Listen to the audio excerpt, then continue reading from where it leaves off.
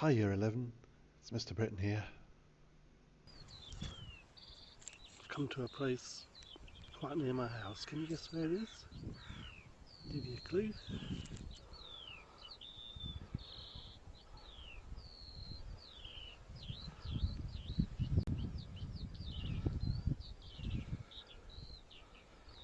That's right, we've come to Richmond Park.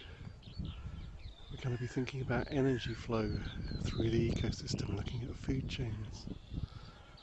Can you see the deer over there? Let's zoom in a bit. We'll be talking about them a bit later. Anyway, where does it all start? Where does all this energy come from in the first place?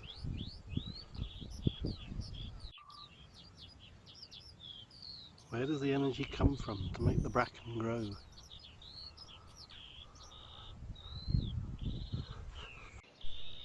Of course, it's the sun. 93 million miles through space, and the light energy hits the plants, and all that energy is ready to be used. But what do the plants use it for? Well, they use that energy and they draw water from the ground and carbon dioxide gas from the air, and they use that energy to slap them together and build sugar, glucose. Of course, then they've got to build the rest of themselves. They turn that glucose into protein, they turn it into fat, they turn it into cellulose, they turn it into all kinds of good stuff that's going to build those plants.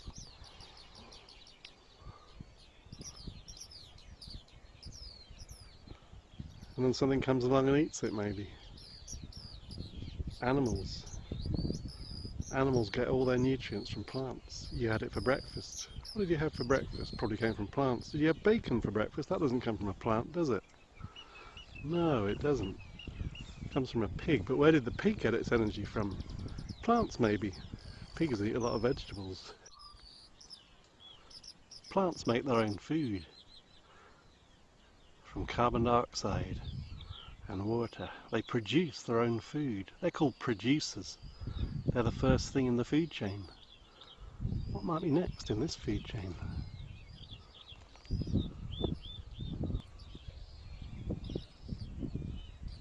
Hello. Ah, sorry I scared you. So the deer are next. The deer are going to eat the plants and put that energy into their bodies. See how much nutrient they can extract to build themselves, to grow. But what eats the deer? Nothing much in this park. They've got no natural predators in this park. Foxes, maybe. Maybe a fox could just tackle a little baby deer if it was separated from its mother, but I'm not really sure. I don't think that happens very often. So what feeds on the deer? Well, we're going to find out later.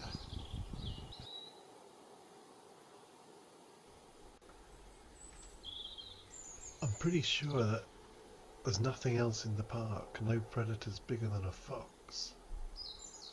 So there's a kind of strange kind of logic that says, if it's not something very big, could it be something very small?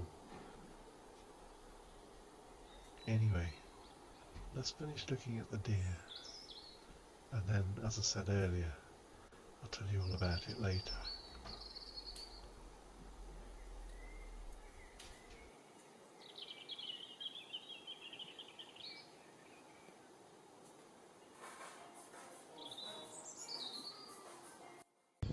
Wait a minute, what's this?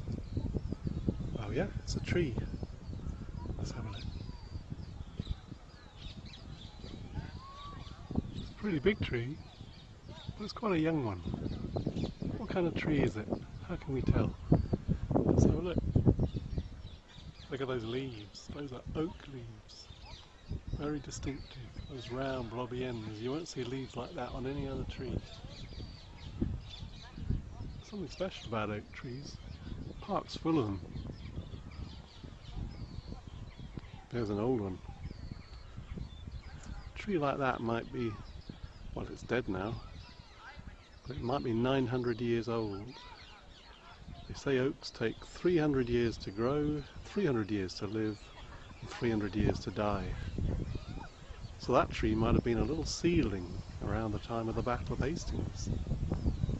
Anyway, back to our live oak. What lives there? It's been estimated that of the British trees, the oak supports the largest number of species of caterpillars, weevils, beetles, leaf miners, all kinds of things live in an oak tree. Thousands and thousands of different little animals going about their business. They provide food for what? For each other? For the birds? Oh, that reminds me. Let's look at the deadwood. Deadwood provides food for all kinds of things as well. Stag beetles. What's that? Hi, tiny little green bug. What are you doing? Eating something maybe. Scraping off some mould, eating some fungus. Part of the great food web that the oak tree provides. Quite amazing. And then who comes along and eats all the caterpillars, the weevils, the leaf miners? Out of the sky, of course, come the birds, swarming down onto the oak tree. They'll find lots of food there. Little birds, medium-sized birds, not the big birds. And what's going to eat those little birds in the park? Something called a sparrowhawk. Difficult to see, you don't see many of them. When you do, you know you've seen one. Very fierce, very fast. Just a quick swoop out of the corner of your eye and it's gone. Makes you feel a bit scared sometimes. Look at this. Here's something. See what these are? Green feathers. You know the green parakeets that live in the park or around? Well, something's made a meal of this one. There's not even any bones left. Just feathers, which are indigestible. Could be a sparrowhawk. Who knows? Part of the food chain. Okay everyone, now we've come to a different part of the park.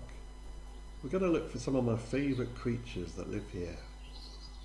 We're on a sandy path between great clumps of bracken.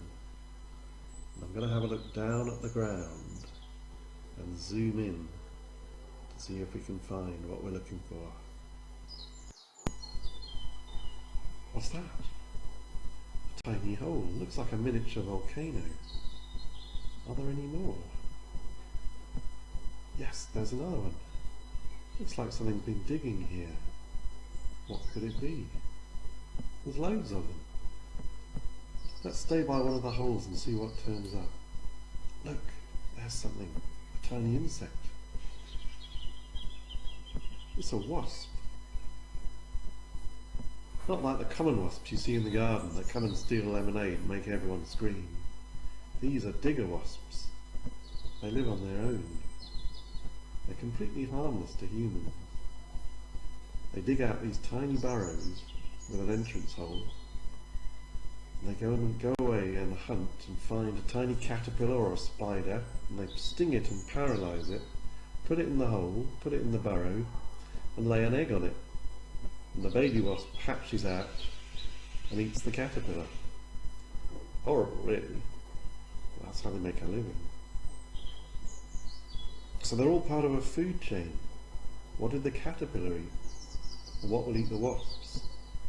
Have a think about that.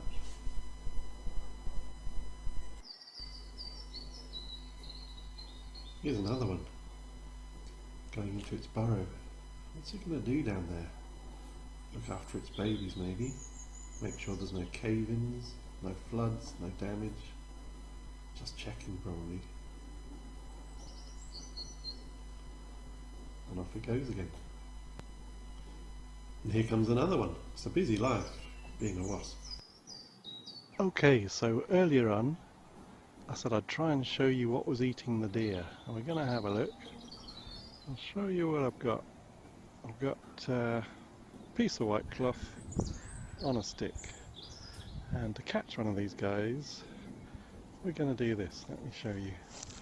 You just run your cloth over the tops of the bracken,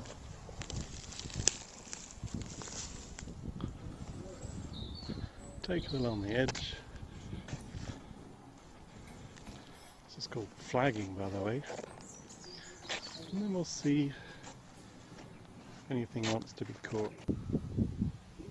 Aha, there we go. One on the flag. Let's see if we can get in there. Will that still focus? Not sure. But that is a baby deer tick. When a deer comes by in the bracken, they grab a hold, they sink in their mouth parts, and they start to suck some blood. Quite amazing things, because they're very tiny, and in their entire lifetime, which lasts a few years, they only need perhaps nothing. Oh, there we go. There's a beautiful shot. So they are preying on the deer effectively. Doesn't worry the deer very much. They can give a tiny little bit of blood and not notice. The ticks love it. They also suck human blood if you're not lucky, which is why I tend not to sit on the floor in the bark or walk through the bracken. It's quite safe otherwise though. Right, let's put this one back where he lives.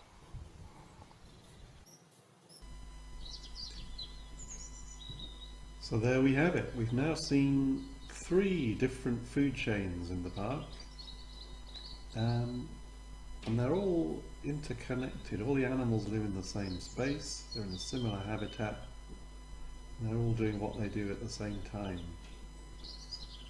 And without the predators and without the producers, those things couldn't exist.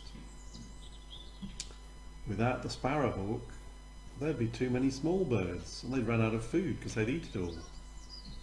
And without the wasps, there'd be too many caterpillars and they'd eat all the food plants and they'd starve to death. So everything needs each other species to control it and keep it on the straight and narrow. And we call that phenomenon interdependence. Everything depends on everything else. And that's how a balanced ecosystem works.